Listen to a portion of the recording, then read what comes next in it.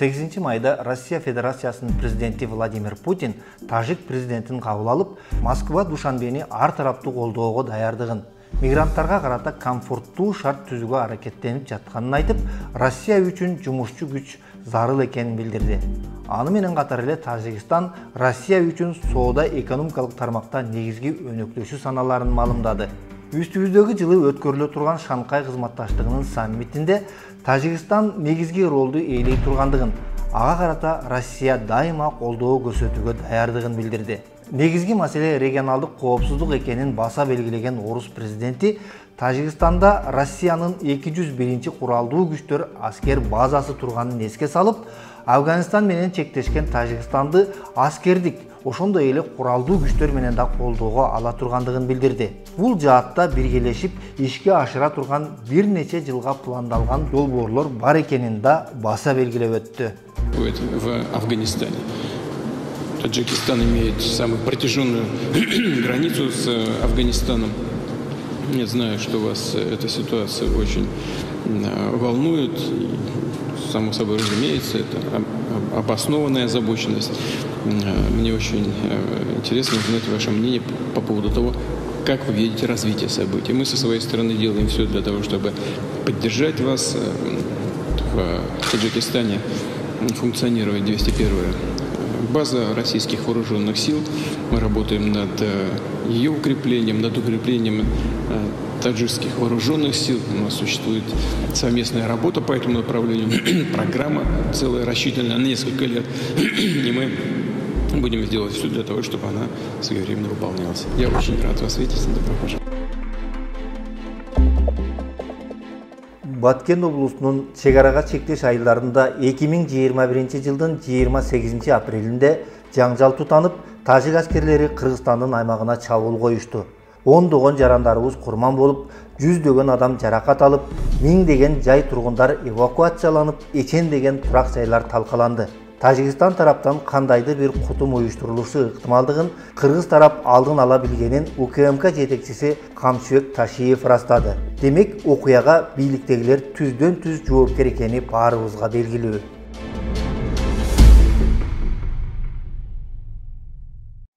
5 майда жаңы баш мыйзамга мамлекет башчы Садыр Жапаров кол коюп, кыргыз элине кайрылуу жасаганда буга чейинки 29-30 апрелдердеги билдирүүлөрүнөн айырмаланып, жакынкы күндөрү кыргызстандыктар өлкөнүн аймактык бүтүндүгүнө доо кетирүү, коопсуздугуна коркунуч жараткан окуяларга күбө болушкандыгын белгиледи.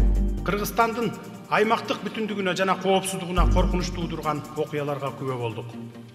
Тынчтыкты жана стабилдүүлүктү сактап калуу үчүн тийиштүү чаралар көрүлдү.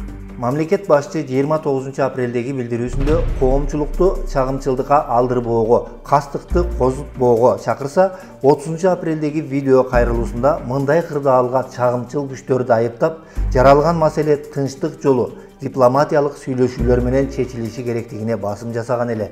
Чек арада тынчтыкты көздөп, стабилдүүлүктү сактап калууга күчүрөгөнүбүзгө карабастан, айрым чагымчыл күчтөрдүн кесепетинен улам кыргыз-тажик чек арасында калап алуу окуялар башталып кетти.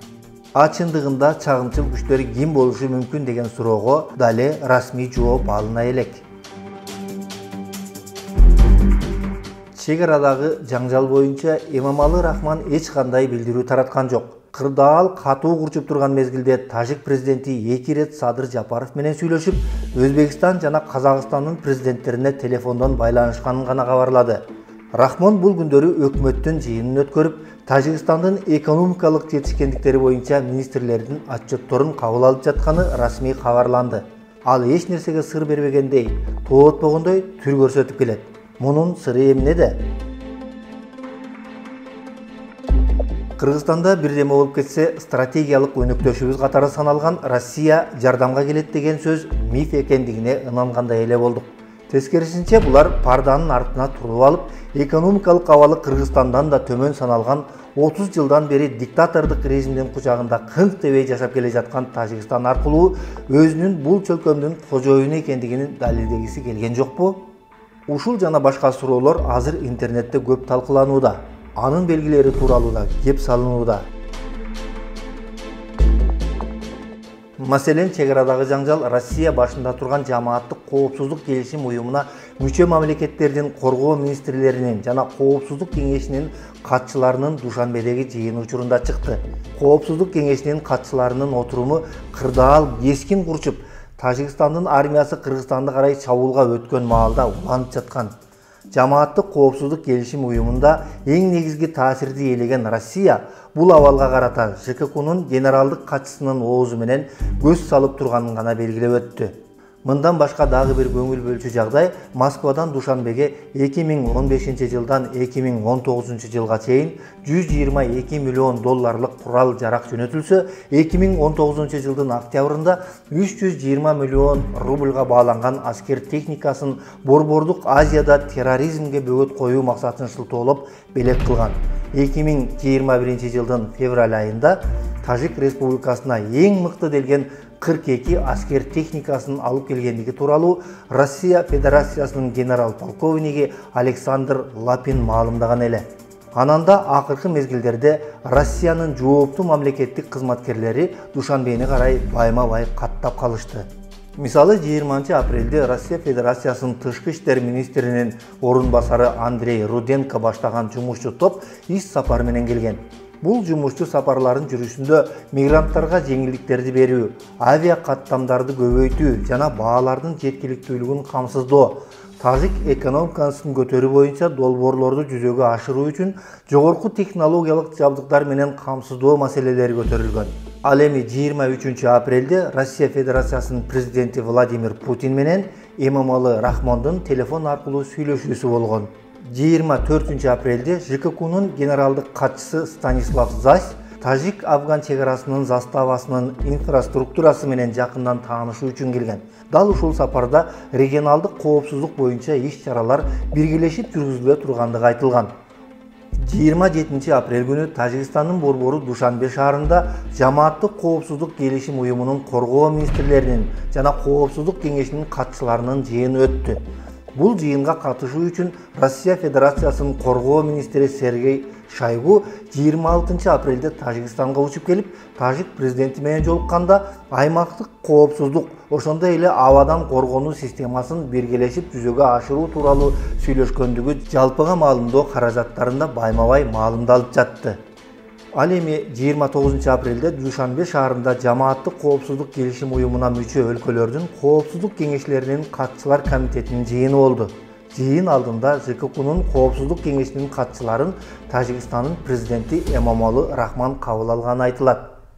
Так ошол 29 апрель күнү Кыргыз-Тажик чегарасында абал курчуп, Тажик тарап согуштук оор курал-жарактар менен таңга жуук чагылгандай тез кол салганда Россия берген аскер куралдарын пайдаланган.